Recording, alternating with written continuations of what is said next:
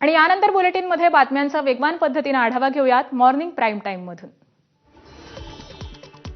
वर्ध्यात बच्चू कडूंचा ट्रॅक्टर मोर्चा दाखल झाल्यावर रस्त्याने विविध गावांमध्ये बच्चू कडू यांचं स्वागत करण्यात आलं।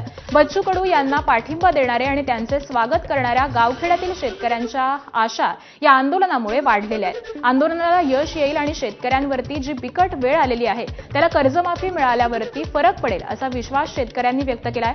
स्वागत करणाऱ्या आणि बच्चू कडू यांच्या ट्रॅक्टर मोर्चाच्या शेतकऱ्यांची बातचीत केली आहे आमचे प्रतिनिधी एकनाथ चौधरी यांनी।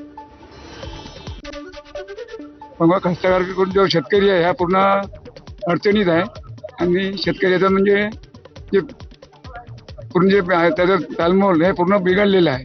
त्याच्यामुळे शेतकऱ्याची पूर्ण कर्जमाफी झालेली पाहिजे। ज्या पद्धतीनं बच्चू कडू स्वतः ट्रॅक्टर चालवत हा मोर्चा समोर नेतात आहे, तुमचा पाठिंबा कसा राहील? आमचा पाठिंबा 100% पाठिंबा।